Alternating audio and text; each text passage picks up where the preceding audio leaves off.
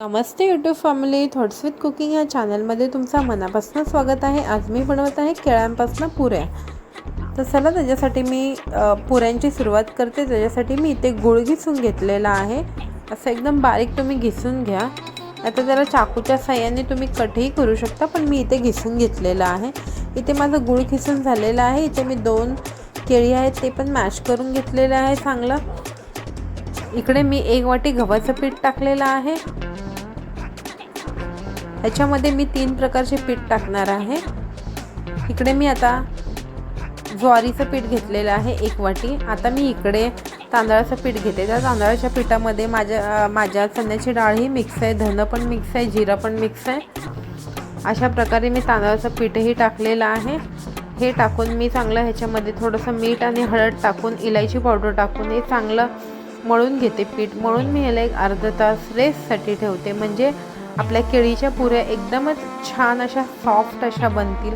तुम्ही बघू शकता इलायची पावडर टाकून झालेला आहे। मीठ टाकते, हळद टाकते आणि चांगला हा पीठ मस्त असा मळून असा डो तयार करून घेते। हे पुऱ्या खायला खूपच छान लागतात आणि हे पीठ माझ्याकडे जे आहे त्याच्यामध्ये चण्याची डाळ आहे, धन, जिरा ह्याच्या आणि थोडीशी मेथी पण आहे त्या पिठामध्ये, तांदळाच्या पिठामध्ये। ह्याच्याने या पुऱ्यांची टेस्ट अजूनच खूपच मस्त लागणार। तुम्ही केळीच्या ऐवजी ह्याच्यामध्ये लाल तिखट टाकूनही या पुऱ्या बनवू शकता। बघू शकता आता माझं इथे पीठ मळून झालेलं आहे। चांगलं मी पीठ मळून घेते आणि एक अर्धा तास त्याला रेस्टसाठी ठेवते, त्याच्यावरती ओला फडका असा झाकून।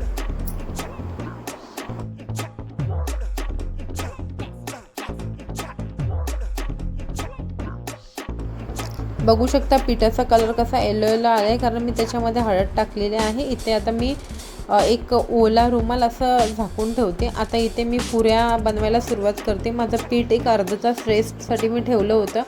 चला आता बनवायला सुरुवात करू। एक प्लास्टिक घेतलेलं आहे, मी हाताला थोडंसं तेल लावून घेतलेलं आहे, प्लास्टिकला पण थोडंसं तेल लावून घेतलेलं आहे। आता हे हाताच्या साहाय्यानेच मी याला गोल असा शेप देते पुऱ्यांना। ह्याच्यामध्ये तांदळाचं पीठ आणि ज्वारीचं पीठ आहे म्हटलं की हे पुऱ्या खायला खूपच क्रिस्पी लागतात। एक पुरी माझी हाताने हे करून झालेली आहे। आता दुसरं पण मी थोडंसं तेल लावून हाताने असं गोल त्याला राऊंड शेप करते। ही पण माझी पुरी रेडी झालेली आहे। अशा प्रकारे मी सगळ्या पुऱ्या तयार करून घेते। आता ह्या पुऱ्या तळण्यासाठी मी गॅसवरती एक कढई अशी कढईमध्ये तेल टाकून तेल तापत ठेवलेलं आहे। इथे माझं तेलही गरम झालेलं आहे। आता अशा प्रकारे मी सगळ्या पुऱ्या तळून घेते। तुम्ही जर माझ्या चॅनलवर नवीन असाल आणि माझ्या चॅनलला आतापर्यंत सबस्क्राईब नसेल केलं तर प्लीज यूट्यूब फॅमिली माझ्या चॅनलला सबस्क्राईब करा। बघू शकता इथे माझ्या पुऱ्या तळून होत आहेत आणि या पुऱ्या खायला पण खूपच मस्त लागतात।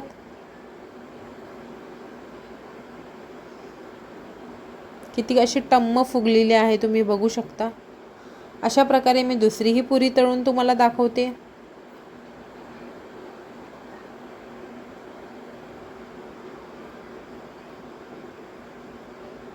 किती मस्त आपली पुरी फुगलेली आहे।